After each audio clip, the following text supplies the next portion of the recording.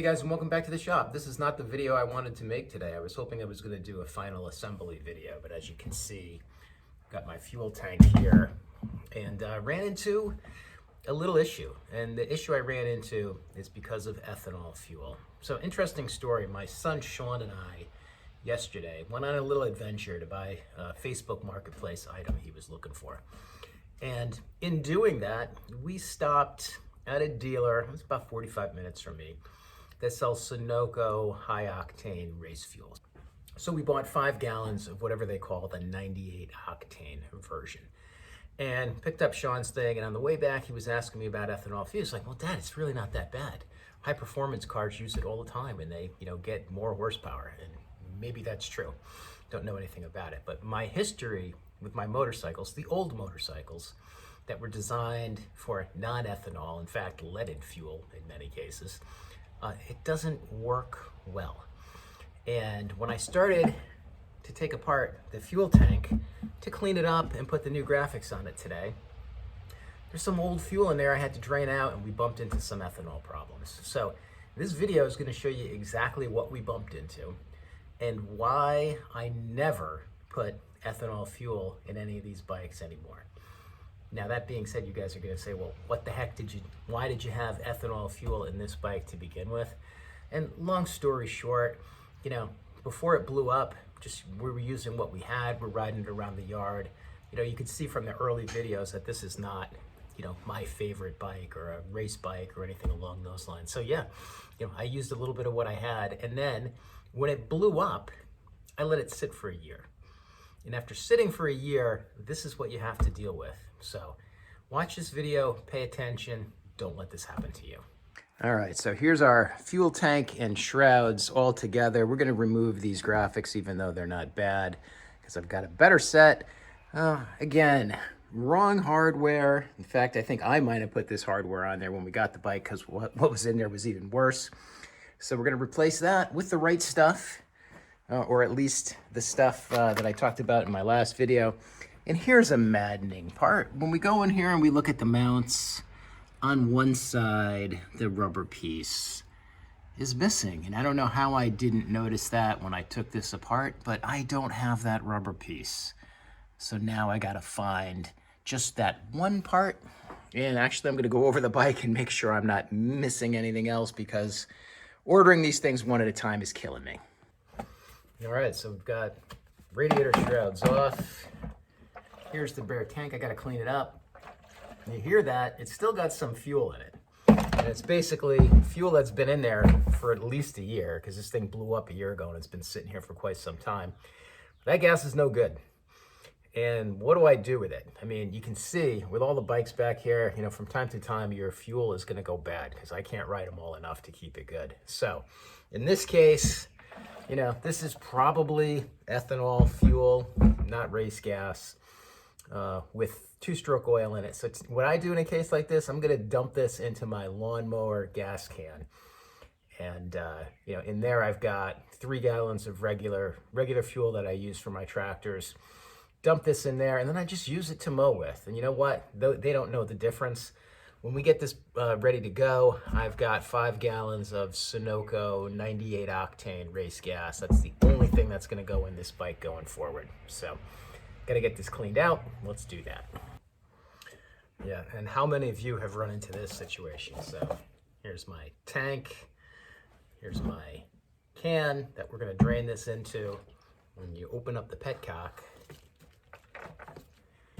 and you get nothing.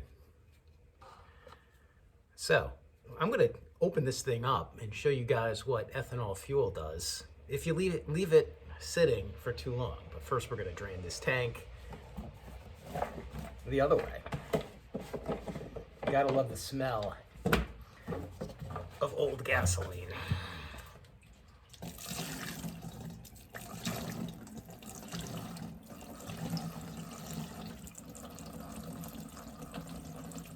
Whew.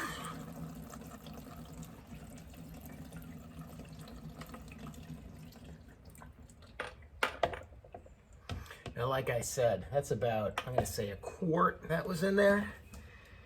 And we're going to run some, when we're done, we're going to run some clean gas through this thing just to clean it out. this will get seriously diluted and run through one of my John Deere tractors.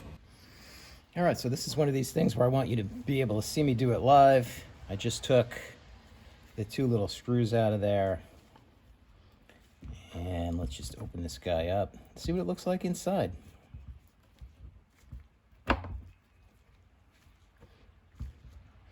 Look at that.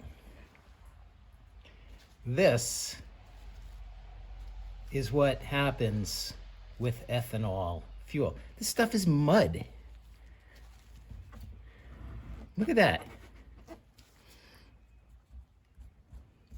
Do not run ethanol fuel in your small engines. Or if you do, don't let it sit. This is what happens. Yeah, so when faced with a mess like this, I mean, look at this. You have no choice but to take this thing apart and to clean it. And, oh my God, look at that. It's a good thing I did, because I never noticed before that this gasket is totally shot and somebody RTV'd it. So again, you know, dirt bike, been in a lot of different hands.